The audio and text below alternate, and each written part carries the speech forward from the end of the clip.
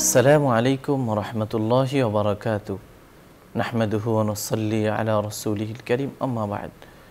সম্মানিত দর্শক শ্রোতা, কাছে দূরে দেশে কিংবা প্রবাসে যে যেখানে বসে টিভির পর্দায় অথবা ইউটিউব চ্যানেলে আমাদের দেখছেন, সবাইকে জানাই শুকরিয়া ও স্বাগত। আশা করছি মহান আল্লাহর রহমতে আপনারা সবাই ভালো আছেন। প্রিয় দর্শক, আপনারা জানেন এই অনুষ্ঠানে প্রতিদিন ইসলামের বিভিন্ন গুরুত্বপূর্ণ বিষয় নিয়ে আলোচনা করা হয়ে থাকে। আলোচনা করেন দেশের বিভিন্ন স্থান থেকে আগত সম্মানিত ইসলামিক স্কলারগণ। সেই ধারাবাহিকতায় আজও আমরা আমন্ত্রণ জানিয়েছি দেশের একজন বিশিষ্ট ইসলামী চিন্তাবিদকে। আজ আমাদের সঙ্গে যোগ দিয়েছেন বনশ্রী কেন্দ্রীয় জামে মসজিদের সম্মানিত ইমাম মুফতি রাকিব হাসান। আসসালামু আলাইকুম ওয়া রাহমাতুল্লাহ। ওয়ালাইকুম আসসালাম ওয়া রাহমাতুল্লাহি ওয়া বারাকাতুহু। মুহতারাম, কেমন আছেন? আলহামদুলিল্লাহ, আপনি কেমন আছেন? আলহামদুলিল্লাহ। প্রিয় দর্শক, আজ আমরা যে বিষয়ে কথা বলবো সেটি হলো কখন ও কিভাবে আল্লাহর কাছে ক্ষমা চাইব। মহান আল্লাহ আমাদের এই পৃথিবীতে পাঠিয়েছেন ইবাদত করার জন্য, কিন্তু মানুষ দুনিয়ায় এসে দুনিয়ার এই চাকচিক্য দেখে শয়তানের প্ররোচনায় প্ররোচিত হয়ে ক্রুপ্রবৃত্তির তাড়নায় মানুষ আল্লাহর স্মরণ থেকে ইবাদত থেকে গাফিল হয়ে যায়। ফলে তারা নানা ধরনের পাপাচারে নিমজ্জিত হয়। আর এই পাপী তাপী বান্দাদেরকে আল্লাহ রাব্বুল আলামিন তার কাছে ডাকার জন্য প্রতিদিন, প্রতি রাতে, প্রতিক্ষণে তিনি ডাকেন। অদৃশ্য এক হাতছানি তাকে দিয়ে যায়, যেন সে তার রবের কাছে ইবাদতের পথে সে ফিরে আসতে পারে।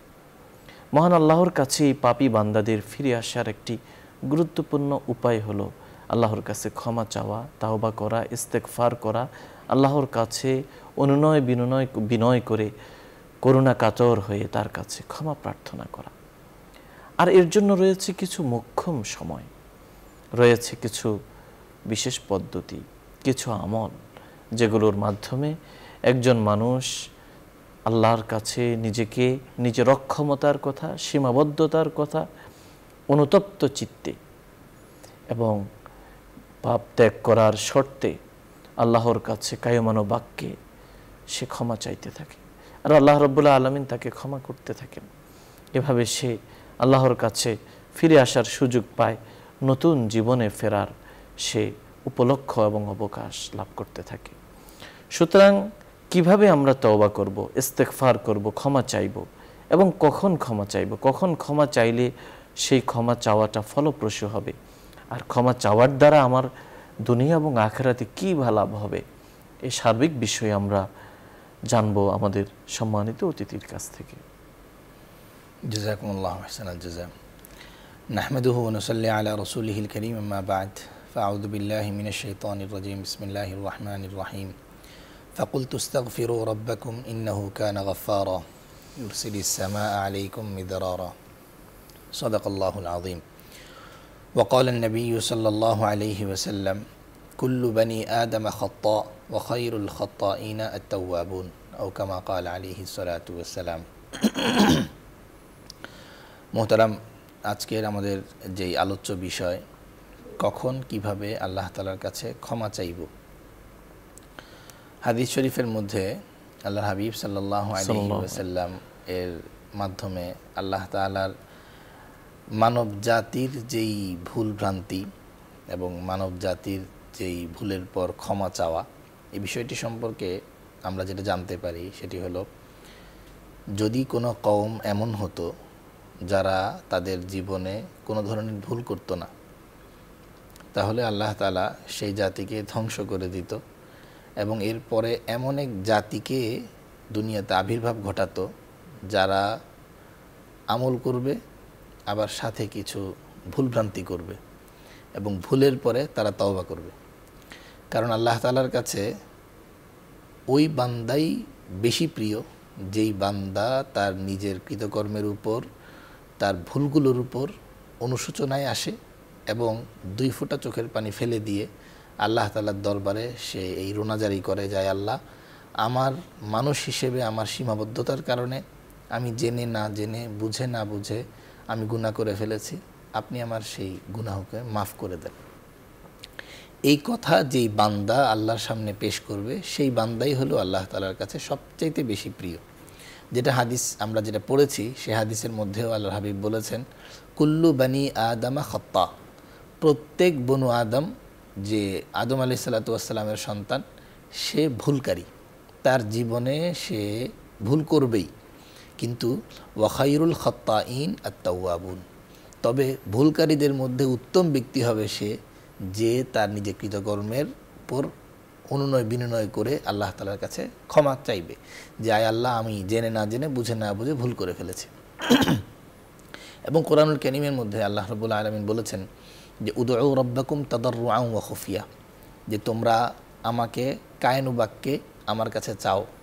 এবং অন্য আয়াতের মধ্যে বলেছেন ইন্নাল্লাযীনা ইস্তাকবিরুনা আন ইবাদাতি সায়াদখুলুনা জাহান্নামা দাখিরিন, যে যারা আমার কাছে চাওয়া থেকে নিজেকে বিরত রাখে যে অহংকার বশত, তাদেরকে আমি জাহান্নামে ধিক্কৃত অবস্থায় প্রেরণ করব। এজন্য একজন বান্দা হিসেবে আল্লাহ তাআলার কাছে চাওয়া, আল্লাহর কাছে ক্ষমা প্রার্থনা করা, নিজের জীবনের ভুলগুলোকে সামনে নিয়ে এসে আল্লাহ তাআলার কাছে বলা, এটা হলো একটা মানুষের সফলতার একেবারে প্রাথমিক স্তর। যে একটা মানুষ যে সফল হবে, সে কিভাবে সফল হবে? সে যখন তার নিজের ভুলগুলোর উপরে আল্লাহ তাআলার কাছে ক্ষমা চাইবে, সে কিন্তু তার সফলতার দ্বারকে উন্মোচিত করলো এবং তার সফলতাটা শুরু হলো। এবং আমরা জীবনের শেষ দিকে, আল্লাহর হাবিবের জীবনের শেষ দিকে সূরা নাসর যখন নাজিল হলো, তখন আয়াতের মধ্যে কি এসেছে? ইযা জাআ নাসরুল্লাহি ওয়াল ফাতহ ওয়া রাআইতান নাসা ইয়াদখুলুনা ফি দীনিল্লাহি আফওয়াজা ফাসাব্বিহ বিহামদি রাব্বিকা ওয়াস্তাগফির ইন্নাহু কানা তাওয়াবা। এই আয়াত আসার পর সকল সাহাবীরা খুশি হয়ে গেলেন যে আলহামদুলিল্লাহ, আল্লাহ তাআলার পক্ষ থেকে নাসর এবং ফাতহ সব চলে এসেছে, ইসলামের জয় জয়কার অবস্থা, সবাই ইসলামের মধ্যে দাখিল হয়ে যাচ্ছে। কিন্তু যখন আবু বকর রাদিয়াল্লাহু আনহু এই আয়াতের কথা শুনলেন, তিনি কিন্তু ক্রন্দন করতে লাগলেন। কারণ তিনি বলছেন যে আল্লাহ তাআলার মাগফিরাতের মাধ্যমে আল্লাহর হাবিব সাল্লাল্লাহু আলাইহি ওয়াসাল্লামকে আচ্ছাদিত করছেন, অর্থাৎ ওনাকে সর্বোচ্চ সম্মান যেটা দেওয়ার, সেই সর্বোচ্চ সম্মান দেওয়ার সময় চলে এসেছে। এখন আল্লাহর হাবিবের দুনিয়া থেকে বিদায় নেওয়ার টাইম হয়ে গেছে। তো এই জন্য একজন মানুষের জীবনে গফরান নসিব হওয়া, মাগফিরাত নসিব হওয়া, এটা মানেই হলো যে তার জীবনের সমস্ত গুনাহসমূহকে আল্লাহ তাআলা মাফ করে দেয়া, তার ভুলগুলোকে সবগুলোকে মোচন করে দেয়া, তাকে পুত পবিত্র করে আল্লাহ রাব্বুল আলামিন তার কাছে নিয়ে যাবেন। এই উপহারটুকু দেওয়াই হলো মাগফিরাত এবং গফরান। এবং আমরা জানি যে কিছুদিন আগেই তো আমাদের হজ ব্রত পালন হলো, এবং খুব গুরুত্বপূর্ণ ইসলামের পঞ্চস্তম্ভের একটি। সেই হজের মধ্যেও কিন্তু যে ফজিলতের কথা এসেছে যে মান হাজ্জা লিল্লাহ ফালাম ইয়ারফুথ ওয়ালাম ইয়াফসুক রাজাআ কায়াউমি ওয়ালাদাতহু উম্মুহু, যেই ব্যক্তি কোনো ধরনের খারাপ কথা কাজ, অশালীন কথা কাজ থেকে বিরত থেকে হজের মতো গুরুত্বপূর্ণ বিধানটিকে পালন করবে, আল্লাহ তাআলা তাকে নবজাতকের মতো করে ফিরিয়ে দিবেন, অর্থাৎ তার জীবনের সকল গুনাহকে আল্লাহ তাআলা মাফ করে দিবেন। তো এই জন্য আপনি যে এই বিষয়টি বলেছেন যে আল্লাহ তাআলার কাছে কখন কিভাবে মাফ চাইব, এটা তো খুবই গুরুত্বপূর্ণ। যে আমি আমার নিজের সকল হীনতা, নিজের সকল দীনতা আল্লাহ তাআলার সামনে পেশ করা। মুহাদ্দিসিন ইকরাম বলেন যে নিজের যেই সগীরা গুনাহগুলো আছে, সেগুলো মাফ হওয়ার জন্য তো হাজারো আমলের কথা কোরআন এবং হাদিসের মধ্যে এসেছে। মসজিদের দিকে আসার সময় যে প্রতি কদম হয়, সেই প্রতি কদমে কদমে আল্লাহ তাআলা তার সগীরা গুনাহসমূহকে মাফ করে দেন। এবং ইসবাকুল wudu আলাল মাকারি, যে সময়ে অজু করা কষ্ট, সেই সময়ে অজু করার মাধ্যমে কিন্তু আল্লাহ তাআলা গুনাহসমূহকে মাফ করে দেন। প্রত্যেকটা নেক আমল করলে আল্লাহ তাআলা তার গুনাহসমূহকে মাফ করে দেন, অর্থাৎ তার সকল ধরনের গুনাহসমূহ মাফ হয়ে যাবে, শুধুমাত্র কবিরা গুনাহগুলো ছাড়া। তো কবিরা গুনাহগুলোর জন্য যেটা জরুরি সেটা হলো সে ভালোভাবে গোসল করবে, পুত পবিত্র হয়ে আল্লাহ তাআলার সামনে 2 রাকাত নামাজ পড়বে। নামাজ পড়ার পর সে তার যেই গুনাহগুলো হয়ে গেছে, প্রত্যেকটা গুনাহকে আলাদা আলাদাভাবে চিন্তা করে প্রত্যেকটা গুনাহের ব্যাপারে লজ্জিত হবে, এবং সেই গুনাহগুলো ভবিষ্যতে করবে না এই ধরনের ওয়াদাবদ্ধ হবে। এবং আল্লাহ তাআলার কাছে দিল খুলে তার দিলের অবস্থানটুকুকে মুখে স্বীকার করে বলবে যে আল্লাহ, আমার এই গুনাহগুলো হয়ে গিয়েছিল, আমি আজকে সেই গুনাহগুলোর জন্য লজ্জিত, ভবিষ্যতে আমি যে এই গুনাহগুলো করব না, সেই জন্য আমি আপনার সাথে প্রতিশ্রুতিবদ্ধ।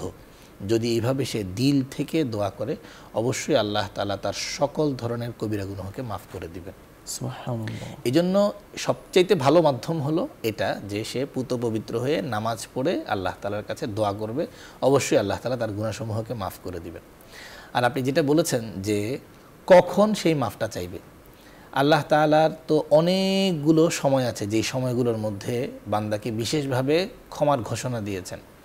এর মধ্যে একটা হলো যে প্রতিদিন সুবহ সাদিকের সময় আল্লাহ তাআলা শেষ আসমানে চলে আসেন এবং সেই সময় আল্লাহর পক্ষ থেকে ঘোষণা আসতে থাকে, আলা মিন মুস্তাগফিরিন ফাগফির আলাহ, যে কোনো ক্ষমা প্রার্থী কি আছো, যে ক্ষমা চাচ্ছ আমি তাকে ক্ষমা করে দিব। এবং ওই সময় আল্লাহ তাআলা রিজিকের ব্যাপারে ঘোষণা আসতে থাকে, কারো কি রিজিকের প্রয়োজন আছে কিনা।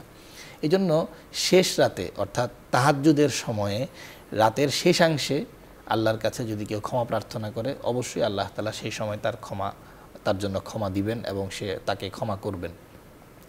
2 নম্বর, হাদিস শরীফের মধ্যে এসেছে যে বাদা সালাওয়াতিল মাকতুবাত, ফরজ নামাজের পরে দোয়া। কোনো ব্যক্তি যখন ফরজ নামাজের পরে দোয়া করে, সেই সময় আল্লাহ তাআলা দোয়াকে কবুল করে নেন। এবং আল্লাহর হাবিব সাল্লাল্লাহু আলাইহি ওয়াসাল্লামের কাছ থেকে মাসনুন যে কয়টা আমল পাওয়া যায় ফরজ নামাজের পরে, এর মধ্যে প্রথম তো হলো সালাম ফেরানোর পরে আল্লাহুম্মা আনতাস সালাম ওয়া মিনকাস সালাম তাবারাকতা ইয়া যাল জালালি ওয়াল ইকরাম পড়বে এবং 3 বার আস্তাগফিরুল্লাহ আস্তাগফিরুল্লাহ আস্তাগফিরুল্লাহ পড়বে।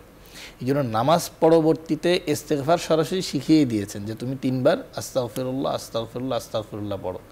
যেহেতু ফরজ নামাজ মানে হলো, উলামা ইকরাম বলেন যে আল্লাহ তাআলার সাথে বিশেষ সাক্ষাৎ, তো এই জন্য বিশেষ সাক্ষাতের মেরাজুল মুমিন যেহেতু, এই জন্য ফরজ নামাজের পরে যদি কেউ দিল থেকে বুঝে আস্তাগফিরুল্লাহ আস্তাগফিরুল্লাহ আস্তাগফিরুল্লাহ পড়ে এবং এরপরে যে তার আরও কিছু দিল থেকে বলার ইচ্ছা হয়, সেটা বাংলায় বলতে পারে, তাহলে অবশ্যই আল্লাহ তাআলা সেই সময় কিন্তু তার দোয়াকে কবুল করবে।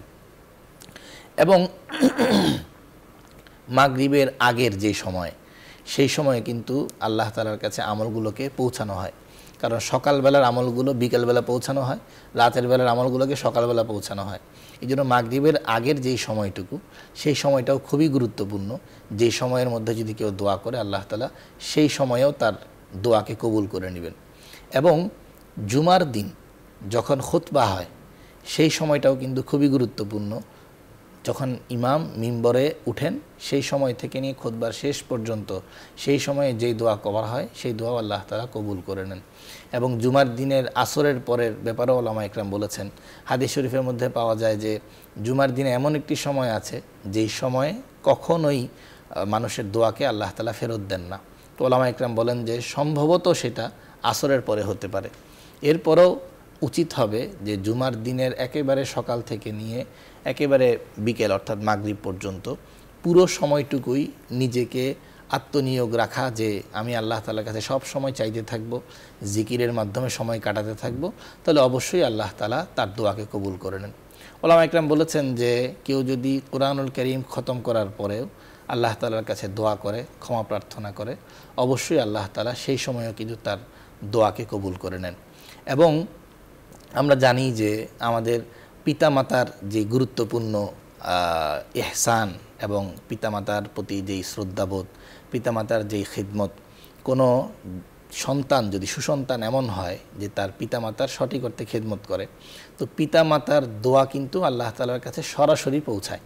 এজন্য আমরা যদি চাই যে আমি আল্লাহ তাআলার কাছে ক্ষমা চাচ্ছি, আমি যদি কারো সহযোগিতাও চাইতে চাই যে আমার পিতামাতা আমার কাছে বেঁচে আছে, মানে আমার পৃথিবীর সবচেয়ে শ্রেষ্ঠ সম্পদ আমার কাছে আছে, আমি যদি আমার পিতামাতার সঠিক অর্থে খেদমত করতে পারি, তাহলে অবশ্যই আমার পিতামাতার খেদমতের মাধ্যমেও আল্লাহ তাআলা আমার গুনাহসমূহকে ইনশাআল্লাহ মাফ করে দিবেন ইনশাআল্লাহ। এই জন্য মুহতারাম, আমরা যেটা বলতে চাচ্ছি সেটা হলো মুমিন বান্দা তার জীবনের প্রতিটা ক্ষেত্রে, প্রতিটা আমলের ক্ষেত্রে সে চেষ্টা করবে যে তার যেন কোনোভাবে গুনাহ মুক্ত জীবনযাপন করতে পারে, কোনোভাবেই যেন তার গুনাহের সাথে সম্পৃক্ত না হয়। এবং হাদিস শরীফের মধ্যে যেই ধমকিগুলো এসেছে যে কেউ যদি কোনো ধরনের গুনাহ করে ফেলে, তাহলে তার দিলের মধ্যে কিন্তু কালো একটা বিন্দু পড়ে যায়। এভাবে এক একটা গুনাহ করতে থাকে আর দিলের মধ্যে কালো হতে থাকে, তখনই কিন্তু তার পক্ষে গুনাহের দিকে ধাবিত হতে থাকে সে। কিন্তু যখন সে চেষ্টা করবে যে আমার দ্বারা যেন কোনো ধরনের গুনাহ না হয় এবং গুনাহ হয়ে গেলে যেন সে অবশ্যই নিজেকে সেই গুনাহ থেকে ফেরত এনে আল্লাহ তাআলার কাছে দোয়া করে, তখন আল্লাহর পক্ষ থেকে কিন্তু তার জন্য রহমত নাজিল হতে থাকে। আমরা প্রথমে যে আয়াতটা পড়েছিলাম যে আল্লাহ তাআলাই ঘোষণা দিচ্ছেন ফাকুল তুস্তাগফিরু রাব্বাকুম ইন্নাহু কানা গাফফারা, যে তুমি তোমার রবের কাছে ক্ষমা প্রার্থনা করো, তিনি অবশ্যই ক্ষমাশীল। এবং ইউরসিলিস সামা আলাইকুম মিদরারা, আল্লাহ তাআলা আসমান থেকে তোমাদের জন্য রহমতের বৃষ্টি বর্ষণ করবে। এবং ওয়ুমদিদুকুম বিআমওয়ালিন ওয়া বানিন, যে আল্লাহ তাআলা তোমাদের জন্য মাল সম্পদের মাধ্যমে তোমাদের জীবনের মধ্যে শান্তি দিবেন এবং নিজেদের জীবনের মধ্যে সন্তানাদির মাধ্যমেও শান্তি দিবেন। তাহলে ইস্তেগফার হলো আসলে এমন একটা গুরুত্বপূর্ণ আমল যে শুধু গুনাহ মাফ হওয়ার ফায়দা এতটুকু নয়, বরং দুনিয়াবি সুখ শান্তি, দুনিয়াবি সচ্ছলতা, দুনিয়ার সৌন্দর্য, এগুলো সবগুলো কিন্তু ইস্তেগফারের মাধ্যমে আসে। এবং আল্লাহর হাবিব সাল্লাল্লাহু আলাইহি ওয়াসাল্লাম এত মর্যাদাপূর্ণ নবী যে সৈয়দুল আম্বিয়া, সৈয়দুল মুরসালিন, সকল নবীদের সর্দার এবং সৈয়দুল খালায়েক, সমস্ত সৃষ্টিকুলের যিনি সৈয়দ, তিনি বলছেন যে আমি দিনে কোনো হাদিসের মধ্যে 70 বার, কোনো হাদিসের মধ্যে 100 বার, যে আমি দিনে 100 বারের চেয়েও বেশি ইস্তেগফার পাঠ করি। যেখানে রাসূল সাল্লাল্লাহু আলাইহি ওয়াসাল্লাম সম্পর্কে ঘোষণা এসেছে যে তার আগের পরের কোনো ধরনের কোনো কিছুকেই আল্লাহ তাআলা রাখেননি, তার সকল কিছুকে আল্লাহ তাআলা ক্ষমার সুন্দর দৃষ্টিতে দেখেছেন। সেই নবী আলাইহিস সালাতু ওয়াস সালাম পর্যন্ত দিনে কতবার করে ইস্তেগফার পাঠ করেছেন। তো আমি আর আপনি যেই অবস্থা, যে আমার আপনার ইচ্ছে হোক অনিচ্ছে হোক হাজারো ধরনের গুনাহ আমার আপনার মাধ্যমে সংগঠিত হয়ে যায়, আমার আপনার জন্য কতবার পরিমাণে ইস্তেগফারের সাথে সম্পৃক্ত থাকা দরকার। এই জন্যই তো কোরআনুল কারীমের মধ্যে আল্লাহ রাব্বুল আলামিন বলেছেন যে ইয়া ইবাদিয়াল্লাযীনা আসরাফু আলা আনফুসিহিম লা তাকনাতু মির রাহমাতিল্লাহ ইন্নাল্লাহা ইয়াগফিরুদ যুনুবা জামিআ ইন্নাহু হুয়াল গফুরুর রহিম। হে আমার ওই সমস্ত বান্দারা যারা নিজেদের জীবনে আমার হুকুমকে মান্য না করে নিজেদের ইচ্ছা অনুযায়ী নিজের জীবনকে পরিচালনা করে নিজেদের উপর জুলম করেছো, তোমরা নৈরাশ হয়ে যেও না, বরং তোমরা আমার রহমতের দিকে ফিরে আসো, তোমরা আমার কাছে ক্ষমা প্রার্থনা করো। ইন্নাল্লাহা ইয়াগফিরুদ যুনুবা জামিআ, আল্লাহ তাআলা সকল গুনাহসমূহকে মাফ করে দেন। সুবহানাল্লাহ। এবং আল্লাহ হলেন এমন সত্তা যিনি ক্ষমা করতেই ভালোবাসেন এবং ক্ষমাই ওনার এমন উপহার যেটা দিয়ে ওনার ভালো লাগে। পৃথিবীর মানুষের কাছে এমন যে আমরা কোনো কারণে ভুল করে ফেললে সেই ভুলটুকুকে নিয়ে সারা জীবন তার সাথে সম্পর্ক করা কঠিন হয়ে যায়, কিন্তু আল্লাহ তাআলা হলেন এমন সত্তা যার কাছে ক্ষমা চাইলেই তিনি খুশি হন। আম্মা জান আয়েশা সিদ্দিকা রাদিয়াল্লাহু আনহা যখন আল্লাহর হাবিব সাল্লাল্লাহু আলাইহি ওয়াসাল্লামকে জিজ্ঞাসা করলেন যে আমি যদি কোনো কারণে কদরের রাত্রি পেয়েই যাই তো আমি তখন কি দোয়া করব, তখন কিন্তু আম্মা জান আয়েশা সিদ্দিকা রাদিয়াল্লাহু আনহাকে আল্লাহর হাবিব সাল্লাল্লাহু আলাইহি ওয়াসাল্লাম খুব ছোট্ট একটি সুন্দর দোয়া শিখিয়ে দিয়েছেন। যে কি বলেছেন? আল্লাহুম্মা ইন্নাকা আফুউন, আয় আল্লাহ আপনি ক্ষমাশীল, তুহিব্বুল আফওয়া আপনি ক্ষমাকে ভালোবাসেন, ফাআফু আন্নি আপনি আমাকে ক্ষমা করে দিন। 3টা বাক্য, কি ছোট ছোট বাক্য কিন্তু কত জ্ঞান গর্ভ বাক্য, যে আয় আল্লাহ আপনি ক্ষমাশীল, আপনি ক্ষমাকে ভালোবাসেন, আপনি আমাকে ক্ষমা করে দিন। এজন্য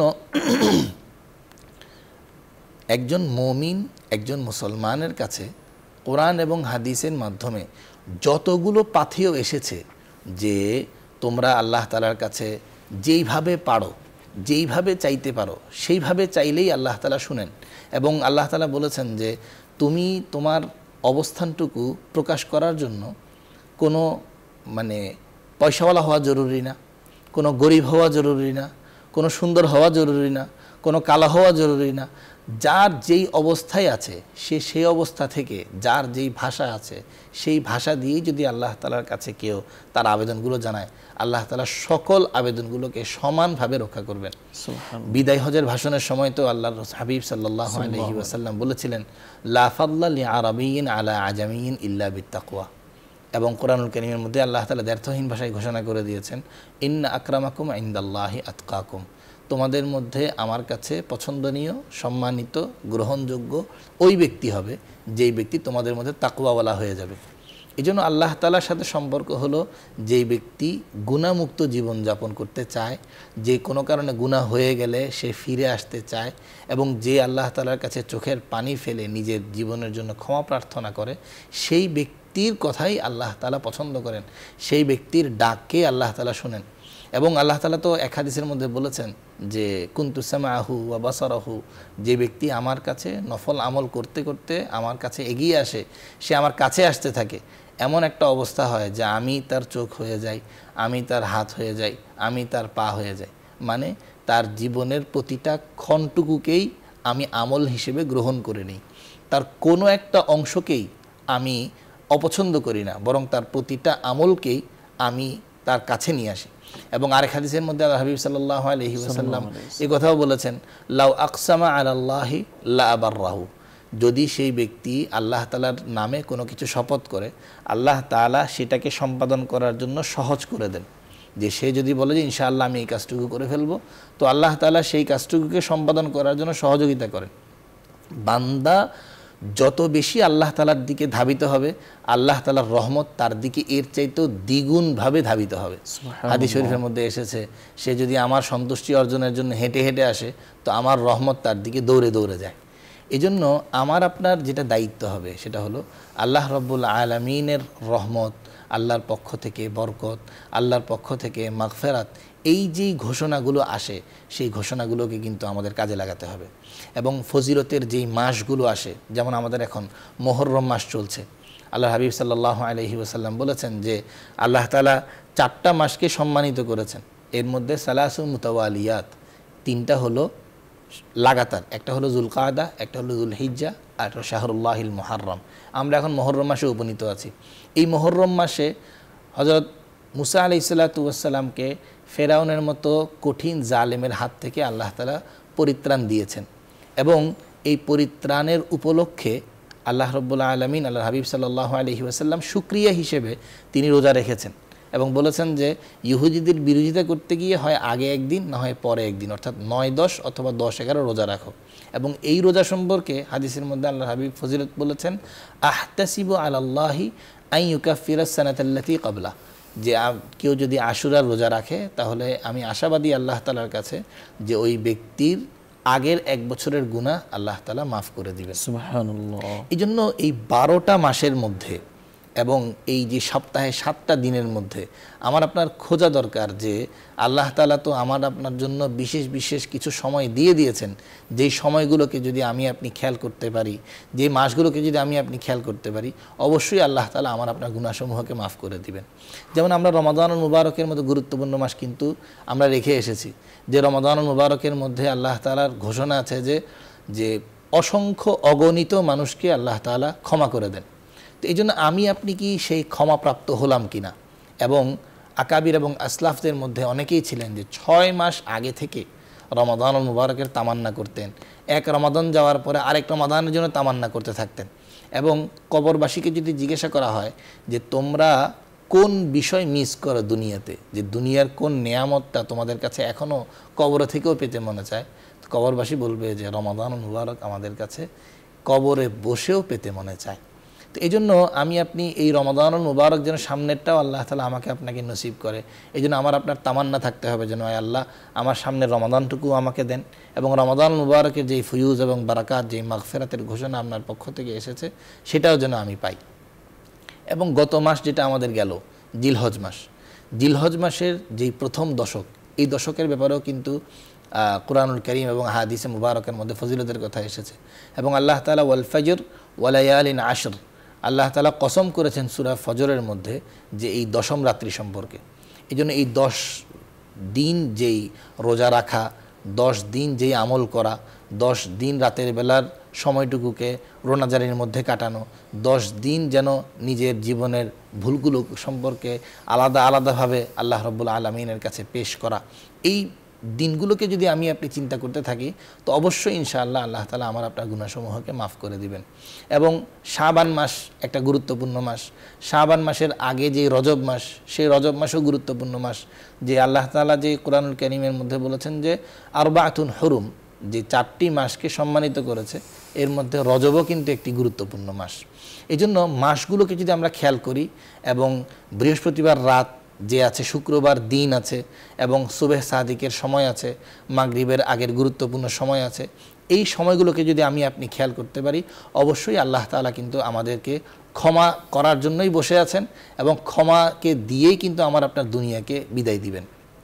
এবং যেই 7 শ্রেণীর কথা আমরা বলেছিলাম, যে 7 শ্রেণীকে আল্লাহ তাআলা এই আরশের নিচে ছায়া দিবেন, যেদিন কোনো ছায়া থাকবে না, এর মধ্যে 7ম ব্যক্তি আছে, যে ব্যক্তি যাকারাল্লাহ খালিয়ান ফাফাদাত আইনাহু, যে ব্যক্তি আল্লাহ তাআলার জিকির করতে করতে নিজের চোখের পানি ফেলবে, এই চোখের পানি নিচে পড়ার আগে আল্লাহ তাআলা তার জীবনের সব গুনাহ খাতা মাফ করে দিবেন।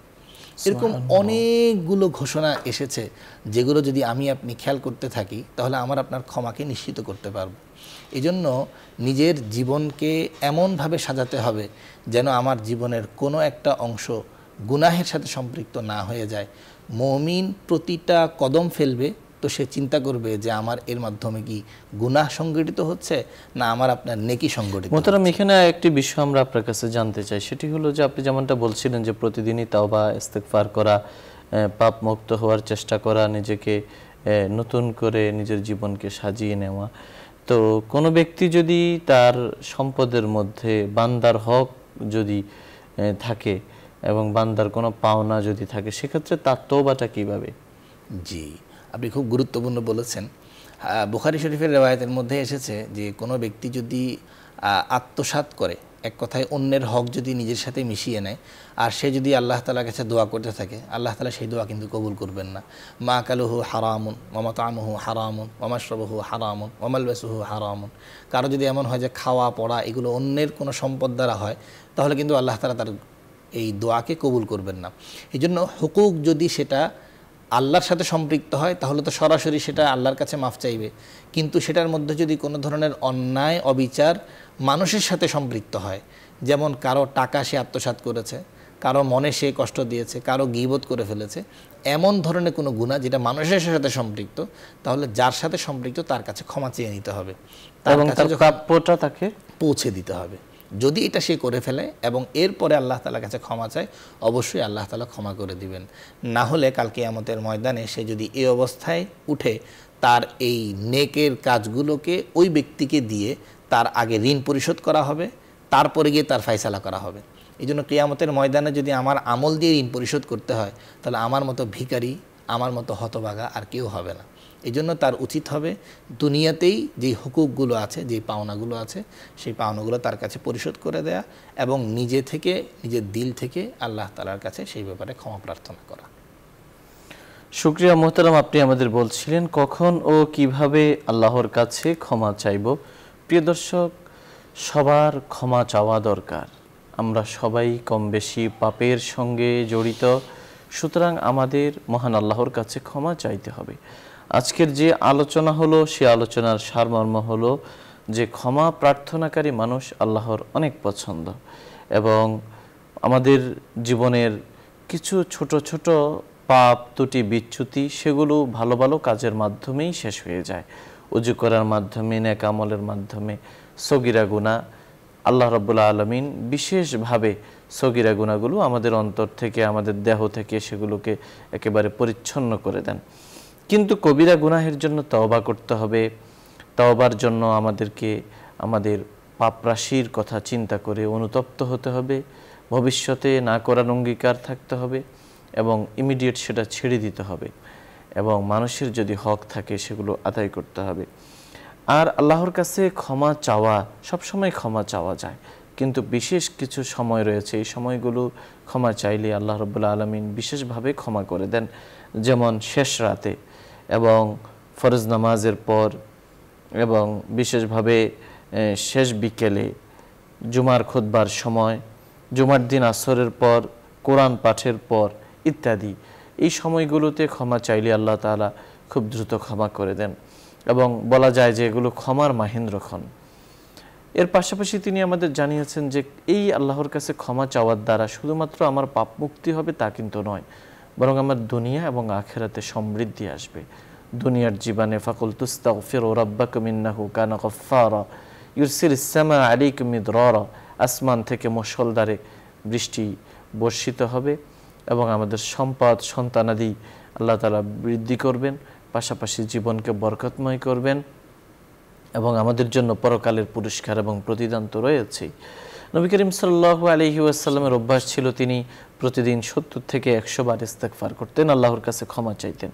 ক্ষমা চাওয়ার জন্য তিনি তার প্রিয় স্ত্রী আম্মাজান আয়েশা সিদ্দিকা রাদিয়াল্লাহু আনহাকে এই দোয়া শিখিয়ে দিয়েছেন, আল্লাহুম্মা ইন্নাকা আফুউন তুহিব্বুল আফওয়া ফাআফু আন্নি।